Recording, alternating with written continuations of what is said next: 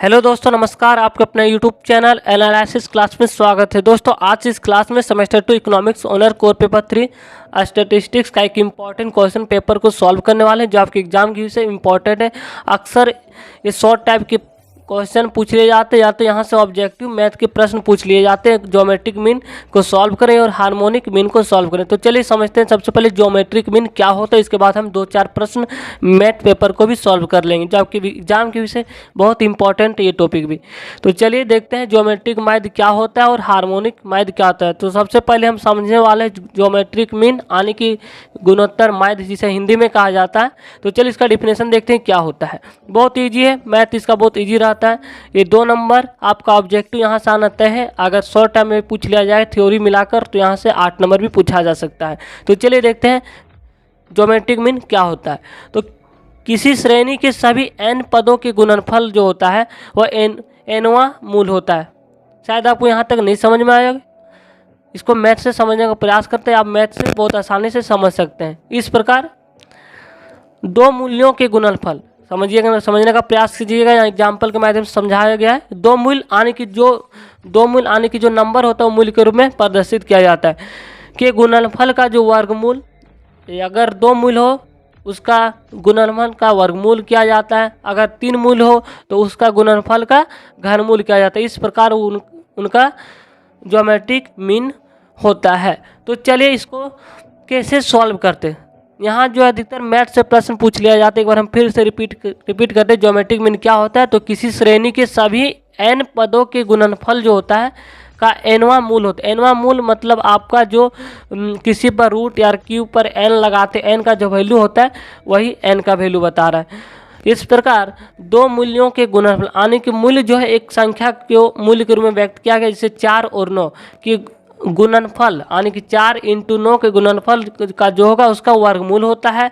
अगर 3 मूल्य रहे तो 3 मूल्य यानी कि मान लीजिए 2 रुपया, 4 रुपया, 6 रुपया ये मूल्य है, तो इसका गुणनफल जो होता है उसका घनमूल उनका गुणोत्तर माध्य होता है। तो चलिए अब एग्जाम्पल से समझने का प्रयास करते हैं। पहले कुछ इंपॉर्टेंट टर्म है जिसे आपको पता होना चाहिए। इसे ज्योमेट्रिक मीन को कैपिटल G या कैपिटल G.M से डिनोटेड किया जाता है, जैसा कि आप देख सकते हैं हमने यहाँ लिख रखे हैं।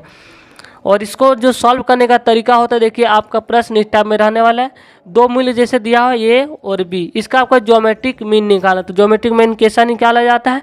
तो A × B का गुणनफल, और यहाँ पर मूल्य कितना है तो 2, तो 2 है, जिसका हम वर्गमूल निकालेंगे। अगर यहाँ पे 3 मूल रहता है, जैसे कि यहाँ पे आपको दिखाया गया है 3 मूल है A B C, तो इसका ज्योमेट्रिक मीन का जो फॉर्मूला होगा पहले अंडर रूट का बात हम नहीं करेंगे, पहले A × B × C। यहाँ कितना टर्म आपका 3 है, तो इसका हम क्यूब निकालने वाले हैं। अगर यहाँ पे 4 टर्म रहता, मान लीजिए यहाँ पे D रहता, तो यहाँ पर अंडर रूट 4 हो जाता। तो अगर 5 रहता तो ऐसा एक nवां टर्म, इसलिए वहाँ पर प्रयोग किया गया। इसके लिए अगर n टर्म के लिए निकालेंगे तो इसके अलग फॉर्मूला होता है। इसमें आप लोग इसमें नहीं पढ़ना, ये कॉम्पिटिटिव एग्जाम में पूछा जाता है, आपको उतना डीपली नहीं पढ़ना है। तो चलिए हम कुछ मैथ के प्रश्न को सॉल्व करते हैं जो इंपॉर्टेंट आपके एग्जाम की से। पिछले बार अगर प्रश्न पेपर देखें तो एक क्वेश्चन पूछ लिया गया था कि 4 और 16 का ज्योमेट्रिक मीन क्या होता है। 268 का ज्योमेट्रिक मीन क्या होता है। तो चलिए हम इन प्रश्नों को सॉल्व करते हैं। बहुत इजी से आप यहीं सॉल्व कर सकते हैं। तो चलिए हम सॉल्व करते हैं। तो यहाँ देख सकते हैं 4 है, ज्योमेट्रिक मीन को G.M से डिनोटेड किया जाता है। इक्वल टू यहाँ पे कितना मूल्य, इसे मूल्य कहा जाता है, जो यहाँ नंबर इसे मूल्य कहा जाता है। यहाँ मूल्य आपका 4 और 16 का गुणनफल, ठीक है।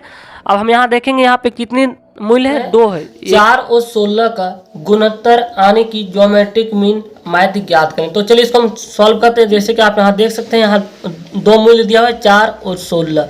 तो ज्योमेट्रिक मीन को डिनोटेड किया जाता है GM से, और आपको डायरेक्ट यहाँ पे लिखना है 4 × 16। अब यहाँ पे हम रूट देंगे। अब यहाँ पे देखेंगे कितना डिजिट है, 1 2, तो यहाँ पर 2 आने की वर्गमूल बन गया। अब इसको सॉल्व करना है आपको। तो इसको सॉल्व करने के लिए इसको सबसे पहले गुणनखंड विधि से इसको तोड़ना होगा।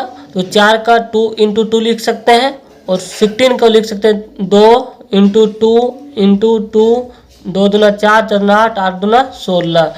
आप इसका वर्गमूल निकालने, तो वर्गमूल निकालने इस टाइप में का अगर वर्गमूल हो तो इसको आप इस प्रकार जोड़ी लगाते 2, इसको एक बार बाहर करेंगे, यहाँ पे 2 है, एक बार लिखेंगे, यहाँ पे 2 है, 2 का सेटअप लगाना है और यहाँ पे 2, तो आपका राइट आंसर हो जाता है 2 2 दूना 4 4 दूना 8। तो आप इस तरह इसको सॉल्व कर सकते हैं। नेक्स्ट प्रश्न आपको सॉल्व करने वाले हैं 2, 6 एंड 18 है, यहाँ पे 8 नहीं है, 18 का ज्योमेट्रिक मीन ज्ञात करें।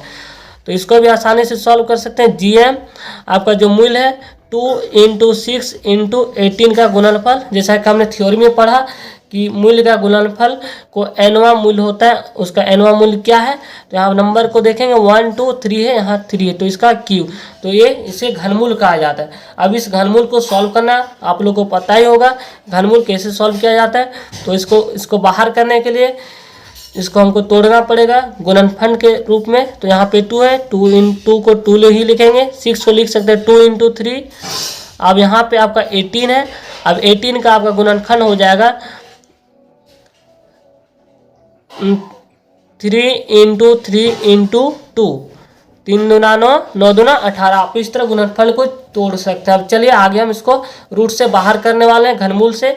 तो यहाँ पे देख सकते हैं 3 इंटू 3 इंटू 3 एक बाहर हो चुका है, और यहाँ पे देखेंगे 2 इंटू 2 इंटू 2 2 भी बाहर हो चुका है, जैसे कि आप देख पा रहे होंगे।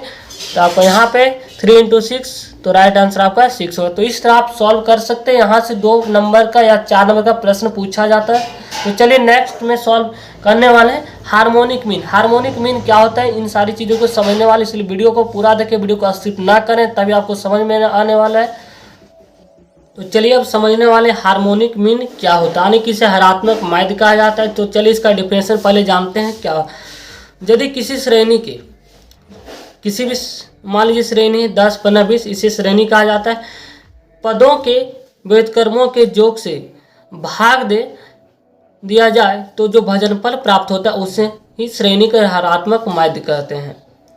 यानी कि harmonic mean equal to n, यानी कि आपका जो टोटल पदों की संख्या है उसके रेसिप्रोकल से अगर हम भाग देते हैं तो वो आपका हार्मोनियम मीन निकल जाता है। चलिए एग्जाम्पल समझते हैं।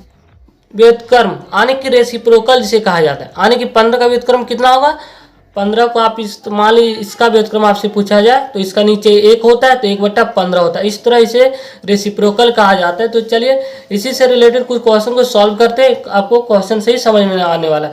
तो हार्मोनिक मीन पहले लिखेंगे। हार्मोनिक मीन को HM से डिनोटेड किया जाता है, और इसके लिए हम इसके लिए जो यूज करने वाले सॉल्व करने का तरीका, जैसे कि हमने यहाँ देख सकते हैं, यहाँ n जो है टोटल नंबर ऑफ संख्या को बताता है, और रेसिप्रोकल यानी कि व्युत्क्रमों का योग को बताता है।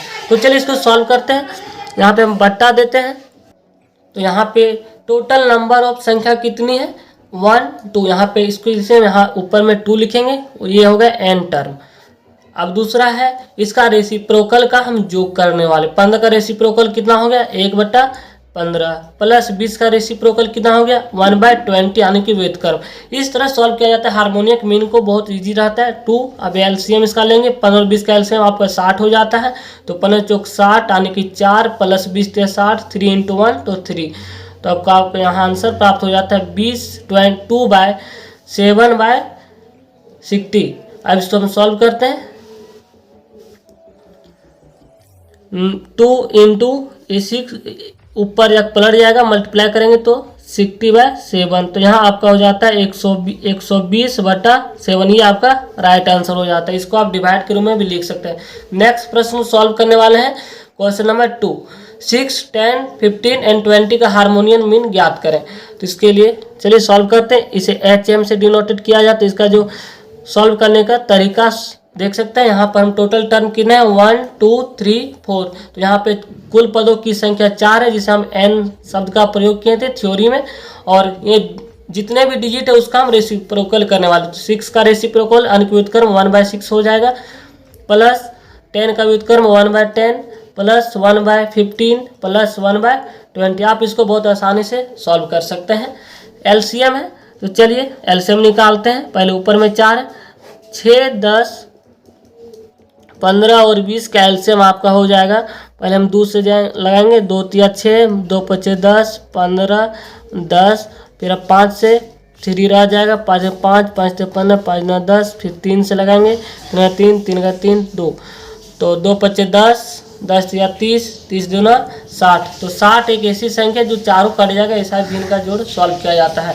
तो 60 बाई 60, 6 भागा 60, 10, 10 इंटू 1 10 प्लस 10 छक 60, 6 प्लस 15 चौक 60, 4 प्लस 20 60 आने की 3। तो चलिए इसको हम सॉल्व करते आगे। तो देख सकते हैं हमने आगे इसको ऐड कर लिया है, 4 by 10 plus 6 16 plus 4 20 plus 23 by 60। अब इसको आगे सॉल्व करते हैं, ये डिवाइड के रूप में इसको मल्टीप्लाई करेंगे तो ये एक उल्टा हो जाता है, 4 इंटू 60/23, क्योंकि ये पलट जाता है। तो 6 6 24 240/23, ये आपका आंसर हो गया। अगर आप इसको डिवाइड के फॉर्म में भी लिख सकते हैं, जो भी आंसर होगा। तो थैंक यू गाइस, अगर वीडियो को पसंद आए तो चैनल को सब्सक्राइब कर लीजिए और चैनल को लाइक कमेंट और वीडियो को शेयर करें। Thank you.